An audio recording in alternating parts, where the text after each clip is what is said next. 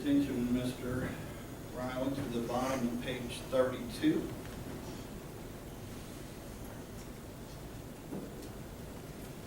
The last 5 lines, start with 21 through 25. In reference to, so y'all are all out there kind of tailgating and partying. Would you tell investigator? Want to read the whole thing? No, I want you to read it and see if that refreshes your recollection. 21 through 25. 21 through 25. Alright. That Jeep Cherokee was overheating a little bit, so we opened the hood and we fooled around with it for a little bit and got acquainted. Passing shots up to of their Jim being around, pretty much. So you were telling Investigator Lee in preparation for your appearance in front of the grand jury. Objection, Judge. First one. Sustained. It's sustained.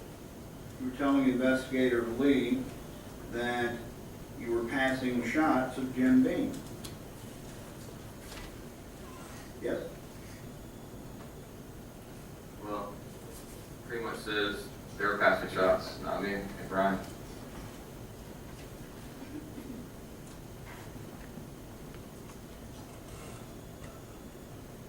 If you want to read it yourself, go ahead. Well, I'll tell you what, why don't you read it? I already did. All right, try it again. Let's read it again. Alright. Read it out. The Jeep Cherokee was overheating a little bit, so we opened up the hood, we fooled around with it for a little bit, and we got acquainted, passing shots of their Jim Beam around.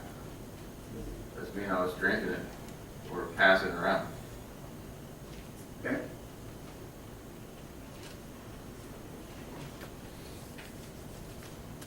So, you had drank alcohol over at, you're saying you never went to Brian's that No. night, but you told Investigator Lee that you had drank at Brian, right? Yes.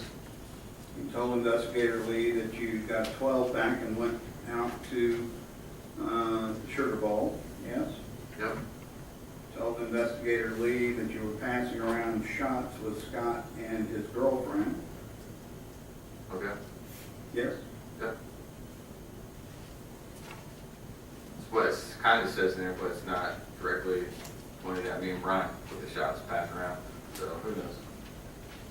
And eventually, at some point in time, you eventually get over to the Greenlaw's house, and did you drink while you were there?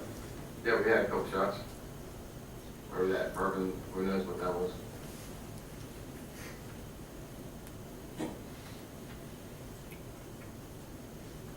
Can I direct your attention over to page 36?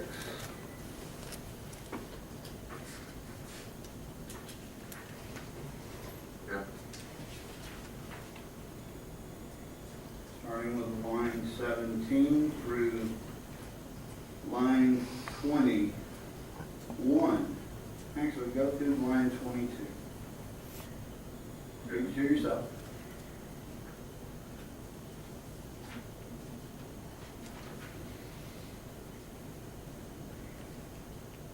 How many beers did you tell Investigator Lee that you drank at Greenlaw?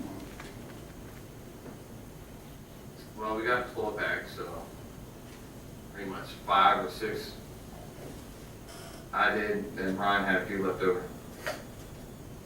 And on line 21, you recounted for him, did you not, 6 out in the woods, 2 over at his house, quite a few shots, and 2 other shots out in the woods. Says it out there, but the problem is, I was never at Brian's house before all this.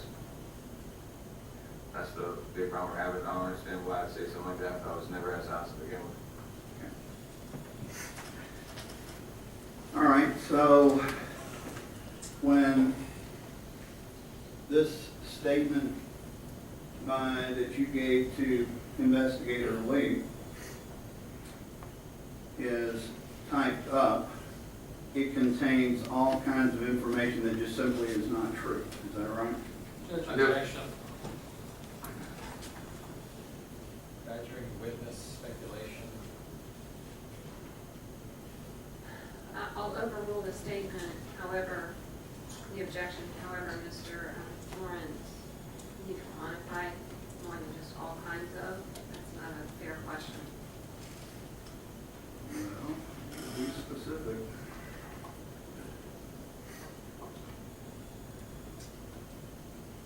When it says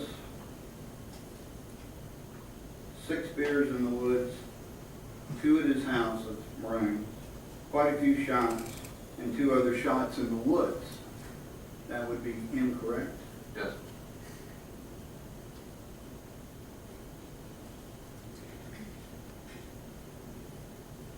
And it goes on to ask him who was serving the shots. We're at the house. Yeah. We're just taking it ourselves. And how were you doing that? Swigging out of the bottle or put it in shot glasses. And do you recall telling Investigator Lee that you were chugging them down? I could have said that. Which it is, you're chugging them down, we're taking a whole shot out of the bottle. Because they're chugging them down. So, how would you describe your state of sobriety that evening, that morning? I wasn't too bad off. I could walk straight, think straight, do whatever I can. I probably even drive a vehicle if I want to. All right, so you're out at the Sugar Bowl, and you're drinking, and you meet up with Scott and his girlfriend, and how long do y'all stay out there? Well, let's start that. First, what time do you get there? The Sugar Bowl?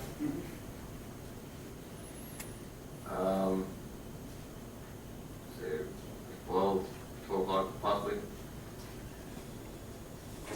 And how long would you say that you stayed there? I'm not really too sure.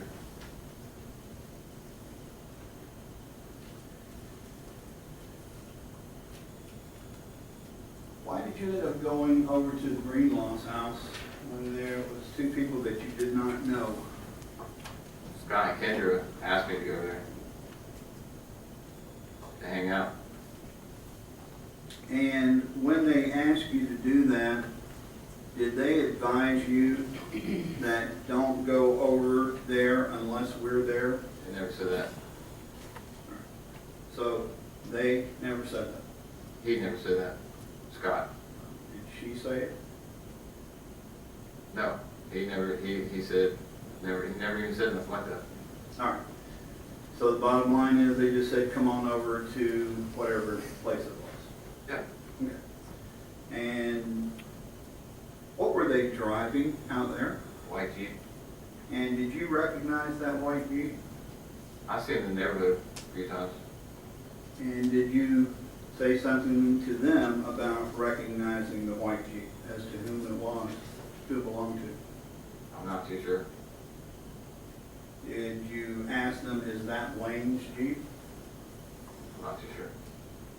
Is it possible that you did? Well, out in the woods? Yes. Yes.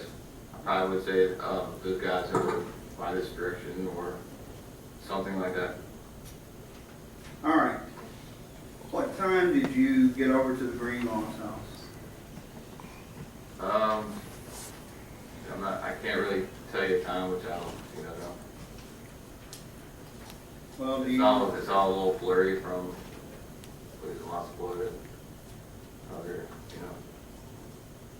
Well, Investigator Lee asked you that question. You gave him an answer. Do you recall what time you gave him? No.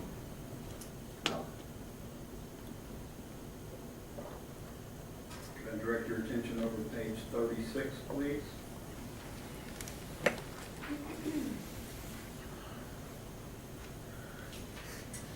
Actually, why don't you go to the preceding page down at the bottom of page 35, which is the introduction to the answer. Investigator Lee is asking you a question on page 35, line 23, 24. You give an answer on 25, and your answer is at the top of the page on line 36. Now, did you read that to yourself? Yeah. What time did you tell Investigator Lee you got there? It was late. in the person's house, Timberless, and going there and going out to wood by 1 o'clock, obviously it's pretty late. So, Flip over to the next, top of the next page. Did you give him a time? like 4 o'clock, 3:30, 4 or 5. Well, do you recall now that you've had a chance to look at your deposition, or is that, or your statement rather, that you told him 3:30 or 4 o'clock? I'm just going by my memory right now. No, I'm not asking you to go by your memory, I'm asking you to go by what you told Investigator Lee. What did you tell him at the top of page 36? So like 4 o'clock, 3:30, 4. So then it says 3:30 Friday morning, yeah, 3 o'clock. So, All right. So you told Investigator Lee that you went over there around 3:30 to 4 o'clock, did you not? says right there, yes. All right, very good. Now, how long did you stay? I'm not too sure.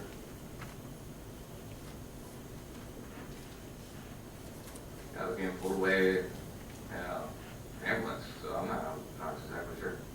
Well, you didn't leave their house in an ambulance, did you? Being Dave's house, so obviously I wouldn't know what time I left the Wayne Greenlaw's house.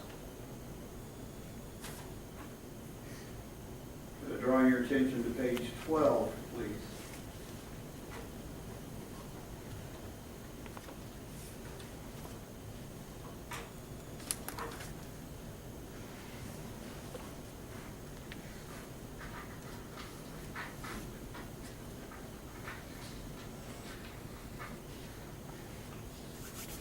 And starting, let's just say line 20 through the bottom of the page, over to the 9th line on the next page. So we starting at that? Starting out at?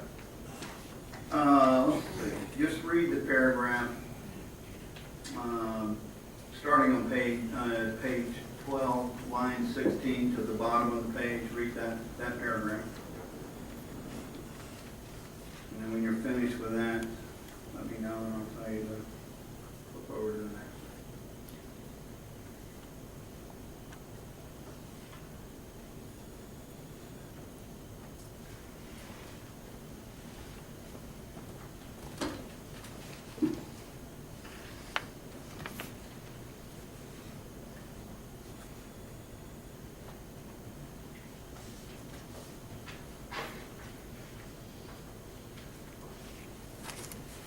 Okay.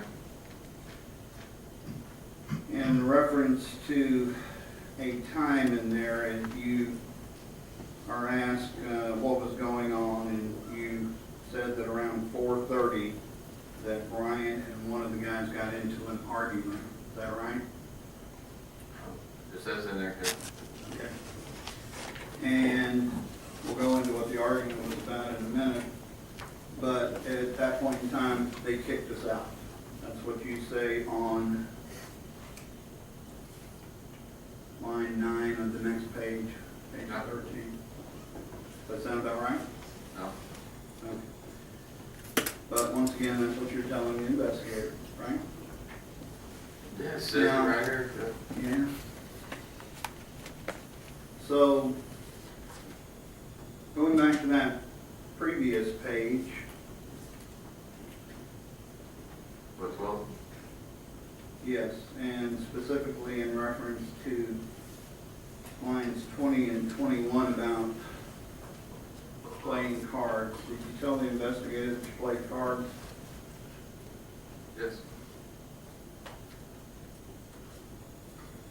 And do you recall me asking you about playing cards on June the 8th of 2012?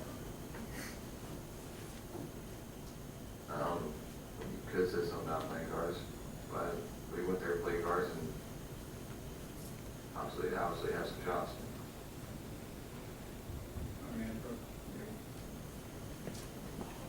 Draw your attention to lines 21 and 22, please, in reference to, It says right there, I think we played some cards and drank.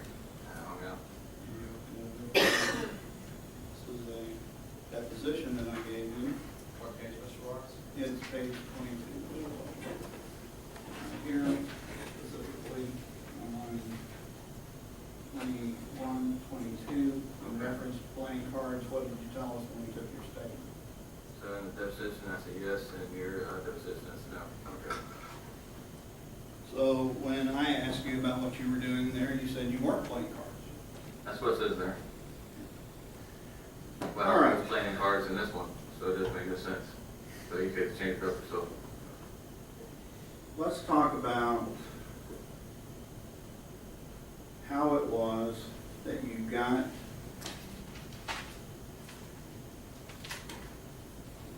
from the Sugar Bowl over to the Greenlaw's house. How did you get there? Go Brian's truck. You did or he He did? did.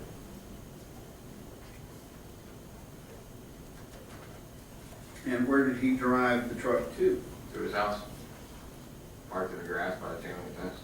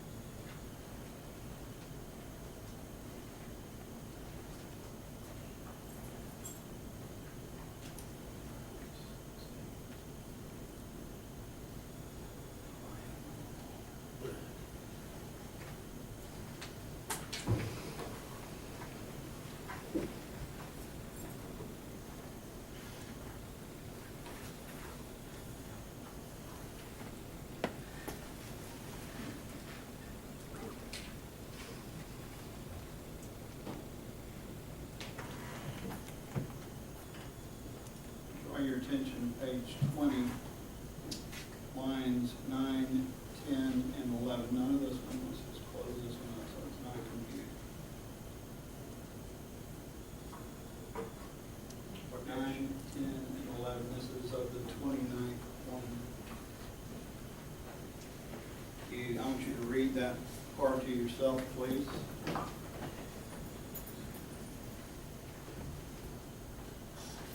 And ask how it was that you got over to their place. What did you say? We drove from the Sugar Bowl to Brian's house park, and from Brian's house we walked to Wayne and Ray's house. That's what happened. All right, very good. I understand what you're saying, But I want you to read for me, or at least read lines 9, 10, and 11 to yourself and tell me what you told the investigator in response to that question. Said, we drove, what's that in there? Go to page 22, please.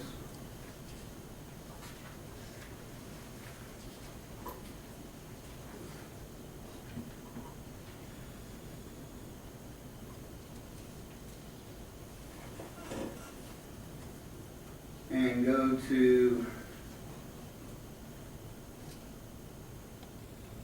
lines 24 and 25, please, at the bottom of page 22. Read it to yourself.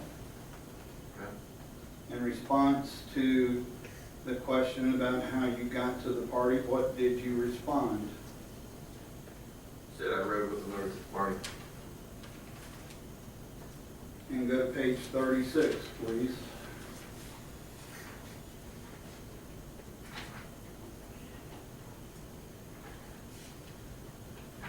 Lines 12 through 14, can you read those to yourself?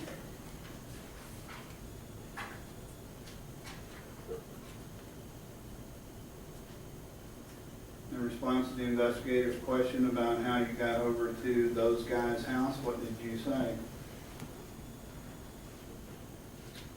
Says, yeah, but What does it say? it's not what happened. What did you tell the investigator, Mr. Ryland? Says because they told us where they lived at. That's what it says. Read the next part, please.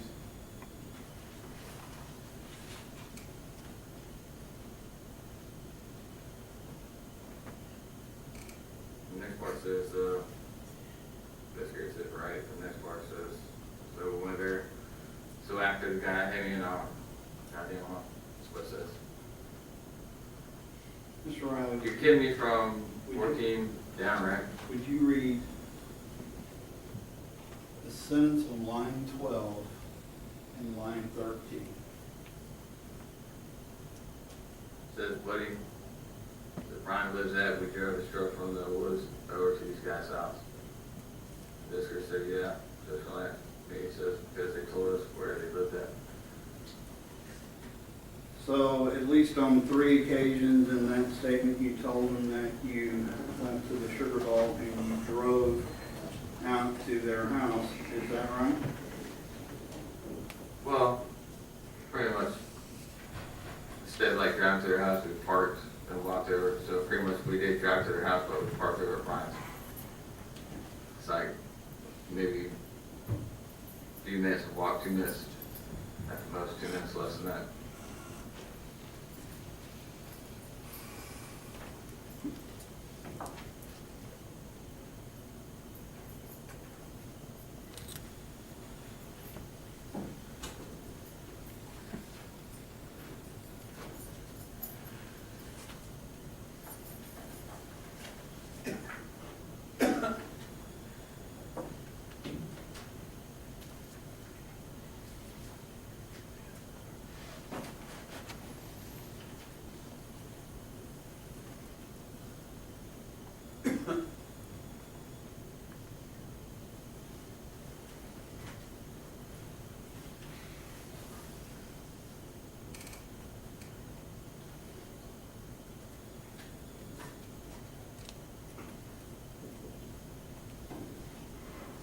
Bitch, can I have just 1 second? I need to find something.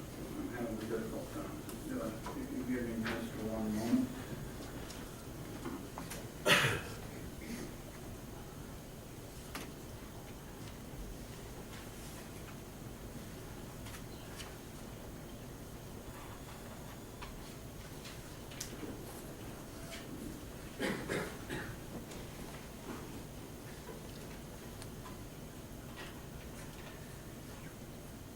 All right, so tell the investigator that an argument occurred around 4:30 and that you were kicked out. What was the argument about? About weapons. And who was arguing and where were they arguing? In the bedroom. Who was arguing? Brian and Wayne. So Brian and Wayne had gone back to someplace else in the house, is that right? Right by the kitchen. You gone back to a bedroom? Yes. And what were they discussing back there? They were just discussing about the weapons that Wayne had. And Brian discussed about the weapons he had. And at some point in time, they did not have an agreement about their weapons, is that right? Yes. So they got into an argument, and this was taking place right around 4:30 in the morning. What happened at that point? Ray walked in the bedroom with him. That's when I walked back there to get Brian out of the house. Yeah. Because from 2 brothers and an argument with Wayne, it was time to go. Get out of there. All right. So at that point, there's an argument back in the bedroom. It's not a fisticuffs kind of argument or anything like that, is it? It's kind of loud. All right. So at that point in time, did you make a decision that it was time to go? Yes. And did Mr. Wayne Greenlaw ask you to leave? Not too sure. We were going out the door anyways. Well, I believe in reference to the question I asked you earlier, you told the investigator that he kicked you out, right? All right. So this takes place sometime around 4:30 a.m. in the morning. Where did you go? Where did I go? Yes. When 2 you houses on the left. Excuse me? 2 houses on the left-hand side. Well, yeah, I know you did that eventually, but this is 4:30 a.m., Mr. Riley. It's not 5:30. What happened in the next hour? I'm not too sure.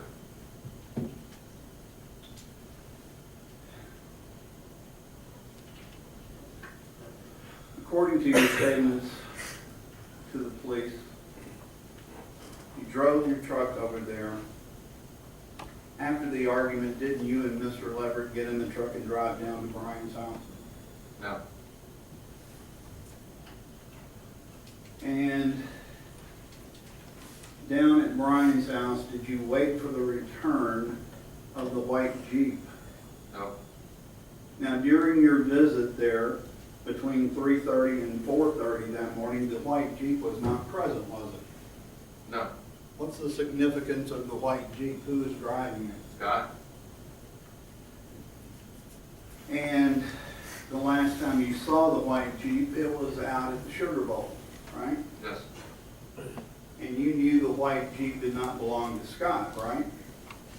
but I've seen other people drive it. Well, I knew it wasn't his, knew it was. as a matter of fact, as I mentioned earlier, you had specifically referred to it, isn't that Wayne's Jeep? Yeah, because Brian went to Wayne's house and Brian knows it was Wayne's Jeep. Because I think Brian gave him a ladder one time when they were trying to get off the roof or something like that. I have no idea. So,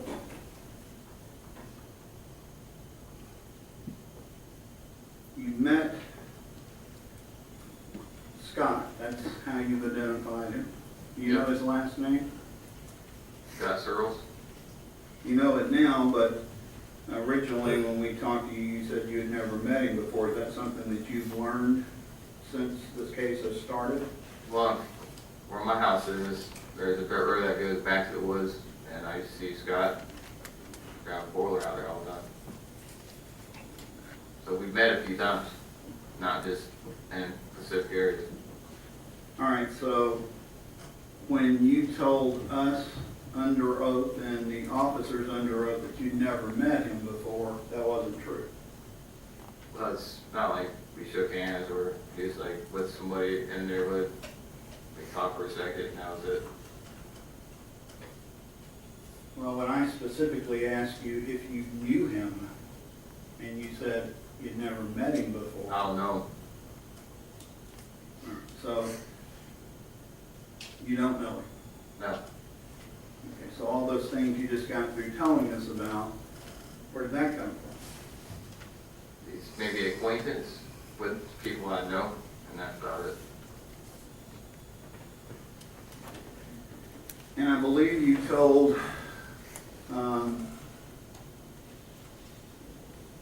Mr. Will that at no point in time that night did you see the white Jeep over at the Greenlaw's house. Is that right? Never seen it over there. I left the door. I didn't even see it. You get the 911 calls, you could hear Mr. Scott Searles in the back of a Chevy S10 of his father's. Where was the truck parked at? I have no idea.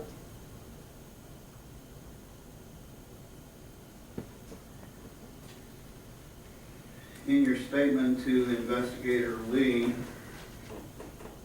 he asked you a question on page 28. Do you have that statement in front of you?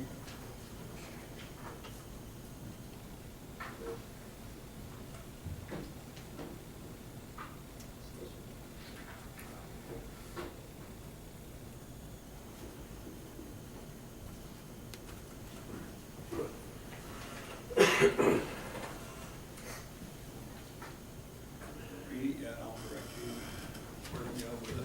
What line is it? Would you read to yourself lines 21, 22, 23, and 24?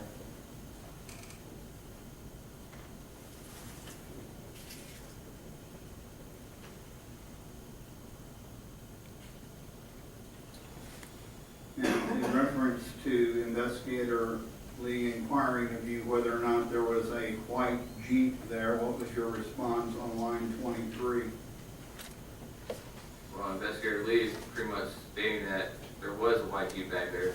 So I pretty much said, yeah, that's what it says here. And there was was a white Jeep back there after all this, and that's where he parked it at. How'd you know That's no things. that? Because after the accident in my neighborhood, I kind of would drive by. I'd go in the neighborhood and talk to Brian's family when they were cleaning up the house, doing the garage sale. And when you drive by there, you see the white Jeep sitting in the yard. Would you go over to the next page, please, which would be page 29, line 5 and 6. Actually, start with 3, 4, 5, and 6. Read those to yourself.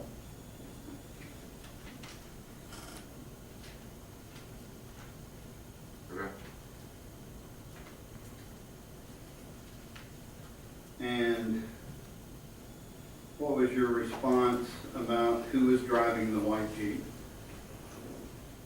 The response was Scott. And Investigator Lee asked, Scott was inside the house? What was your response? That would be line 6. Says, yeah.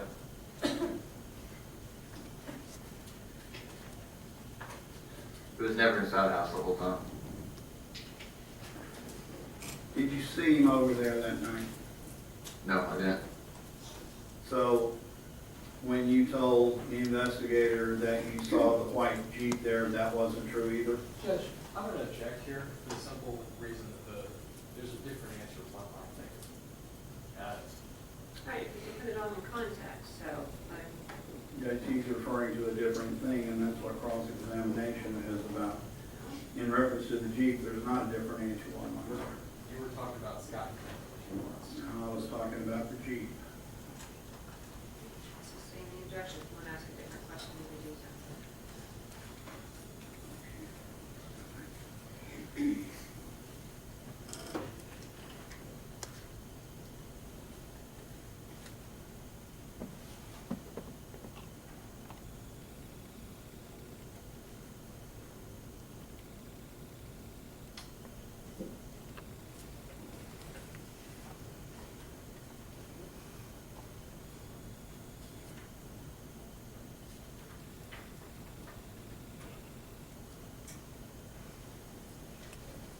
Go back to page 28.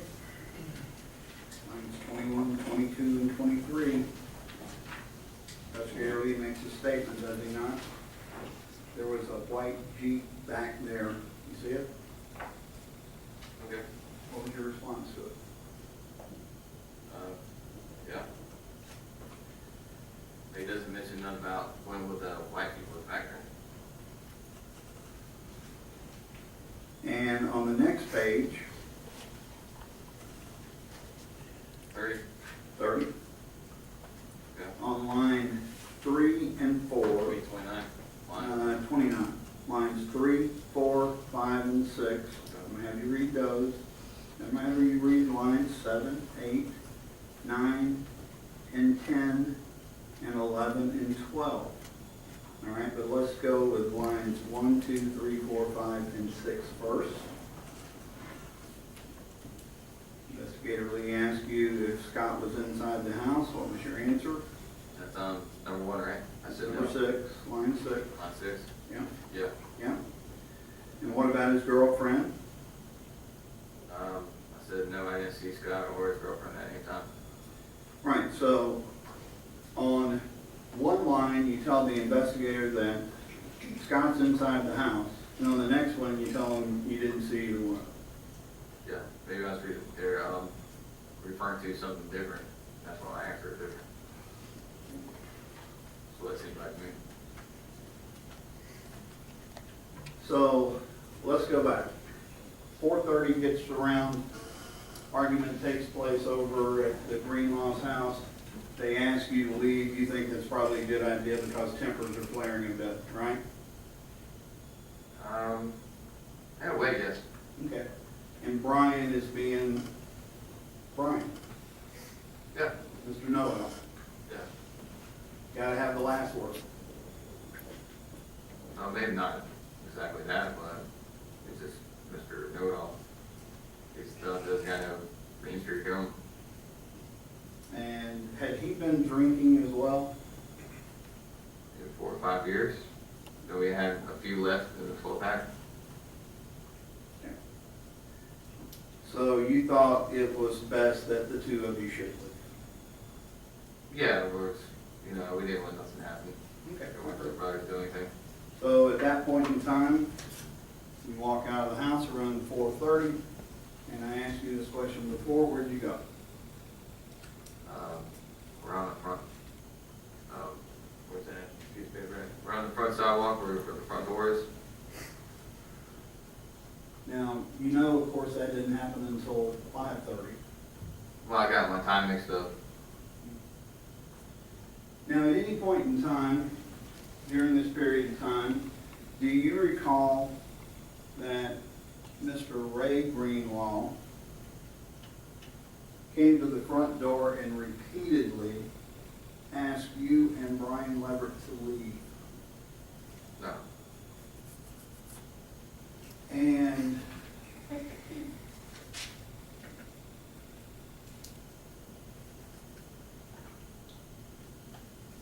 when he was, so you don't recall that at all?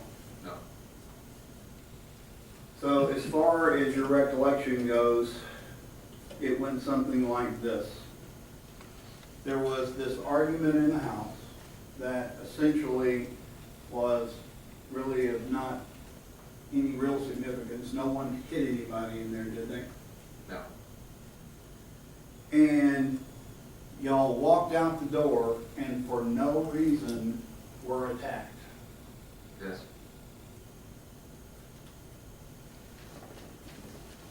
And at no time did Mr. Ray Greenlaw or Mr. Wayne Greenlaw or anybody else for that matter come to their door and yell at you and Mr. Leverett to get away. This is not your house. Go away. Get out. No, that never happened. Happened too quick. So I don't think they had enough time to do all that. Right. So the bottom line is you walked out the door. For no apparent reason, you were attacked. I was hitting the chin with a beer bottle. Right. Hitting the chin with a beer bottle. And then attacked with a machete for no reason. Maybe they were a little worried after hitting the chin with the beer bottle. I have no idea. Well, did you punch anybody? No.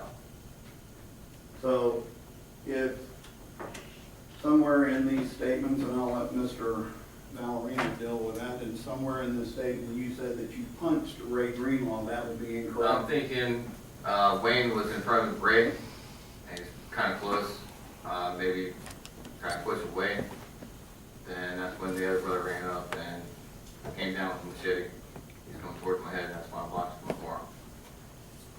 All right, so my question to you was that at no point did you punch anyone, No. and certainly you didn't punch them in the face, right? No.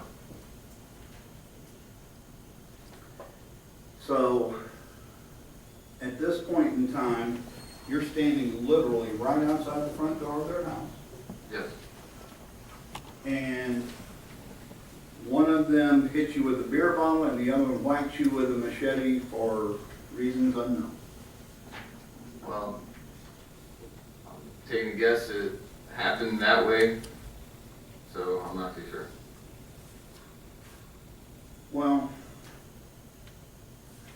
Mr. Riley, isn't it more likely that when y'all left at 4:30, you got into the truck, parked out in front of the Greenlaw house and left and went down to Mr. Leverett's house? What truck? I'm sorry? What truck did we get into? Doesn't Mr. Leverett have a truck? It was parked at his house, so we were in front of Greenlaw's house in a truck. I know that's what you're telling us now. But isn't it more likely that you got into that truck, drove it down to Mr. Leverett's house, and waited down there for a few minutes before the white Jeep came back? No. And upon seeing the white Jeep come back, you came back because you knew you had talked with the people out there and they'd been pretty cool and you thought everything would be fine now. No. And as a matter of fact, they came back, didn't they? Never seen them, not once. Okay.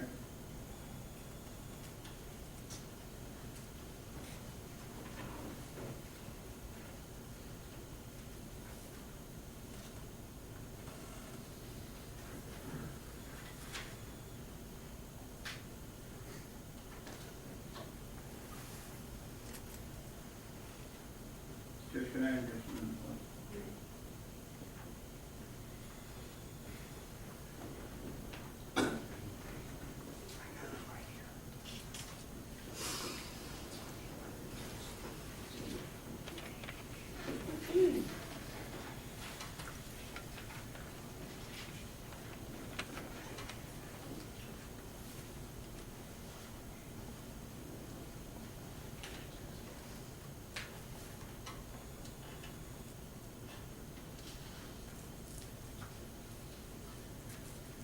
Remember I asked you the question about, did you ever punch anybody in the eye? And you told me no? Yeah.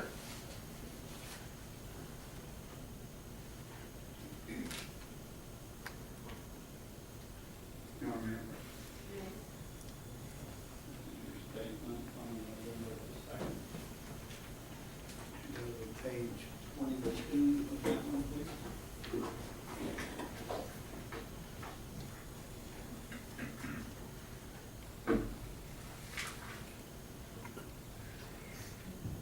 Page 28, I'm sorry.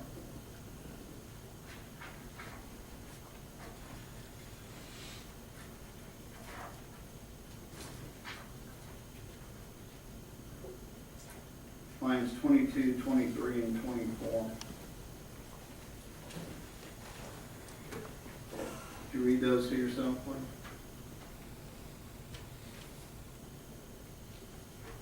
Yeah. Had a chance to read that? Yeah, I remember saying totally something different than that. Well, okay, but in this particular case, what does it indicate that you said in reference to the inquiry from the investigator on lines 22, 23, and 24? I punched him in the eye. I never did.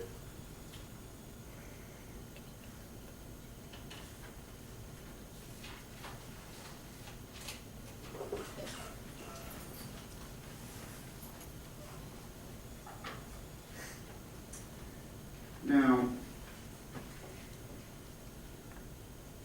you indicated earlier that after the fight that took place at 5:30 or thereabouts, whenever you got hit with a machete, that you ran around to the back of number 13. Do you recall that? Yeah. And when you were back there,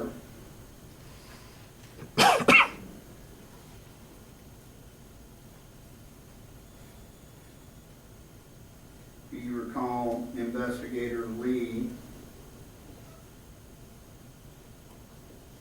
asking you whether or not you heard Brian fire a shot?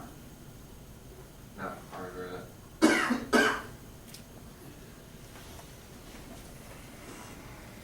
Judge, I object to speculation at this point, but want to see how we make it. We're gonna overrule because this is Mr. Riley's response to a question.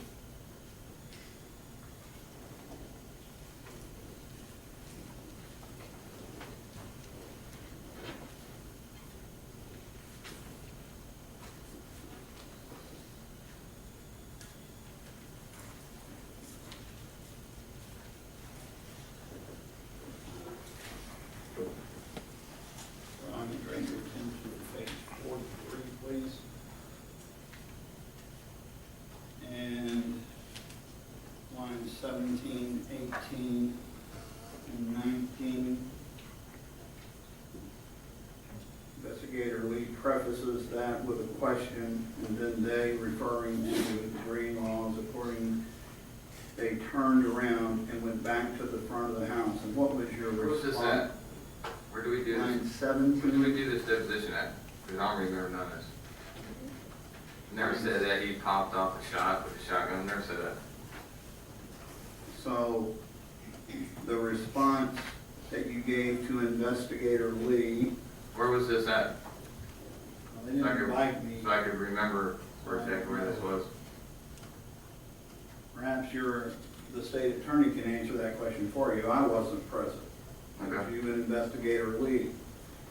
And Investigator Lee asked you a question, and your response to it on line 17, 18, and 19 was what? Said, I think he popped a shot off, I think. Well, then he goes on to ask you on lines 20, 21, and 22 if you know the difference between a shotgun and a rifle going off, doesn't he? Yeah, And what'd you tell him? yeah, there's a big difference. And then lines 24 and 25, he asked you, did you hear the shotgun round go off? Go over to the next page.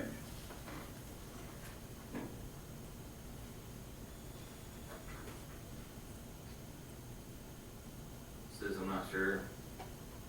I don't believe, I don't think he pulled off the shot, I'm not sure, I can't remember. So it says, 1, 2, and 3. And then he asked you another question. You think there was just yelling back and forth? And your response was? Said, I think it was because, I mean, it's pretty loud. I could tell the difference between a rifle and a shotgun.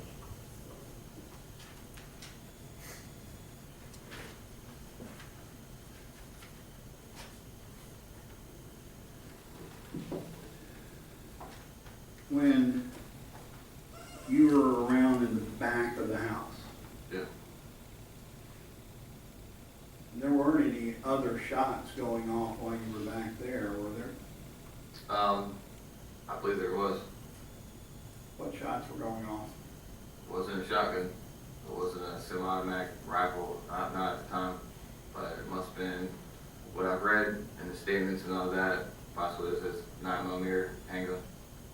I heard 2 rounds go off, then a little later after that, when I was inside the house, I heard a lot of rounds of a semi-automatic rifle, you know. That was my question. Yeah. While you were out back, you didn't hear any other shots other than what you told the I heard investigator? 2, yeah, I just heard 2 rounds, maybe possibly his handgun.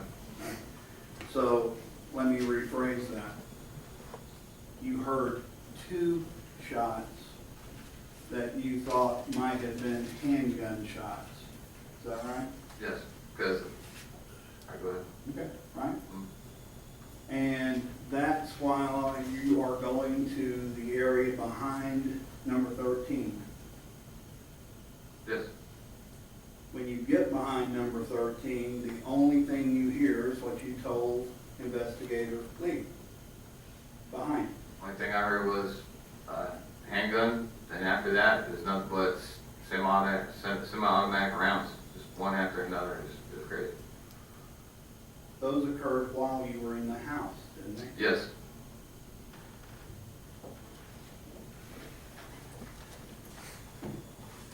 Your Honor, that's all the questions I have. Counsel for Defendant Ray Greenlaw, come examination.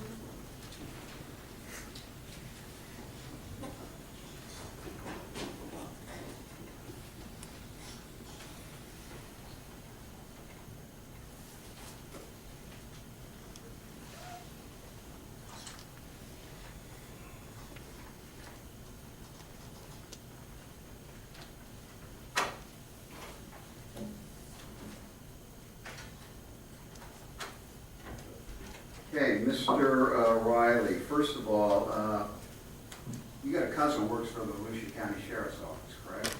No, uncle. Your uncle, okay, so you got a relative that works for the Volusia County Sheriff's Office, correct? Yes. And isn't it true that you also have an uncle who used to work for the Volusia County Sheriff's Office and was even an investigator for the state attorney's office? Yes. Sean McGuire. Yes. Now, you indicated on questioning by Mr. Lawrence that at no time did Ray Greenlaw or Wayne Greenlaw say on more than one occasion, this is not your effing house that you're standing out front. Is that correct? Never heard that. Never was said. Is that what you're saying? I'm not too sure. It happened too quick right when we got out of the house. Well, let me ask you, if there was a neighbor who lived across the street and said that she heard that being said, how would you account for her giving that testimony, having said that she heard that? I really can't say nothing because I didn't hear it myself. Well, I don't remember. Let me ask you, while you were out in the yard with Ray Greenlaw, were you mocking him? No.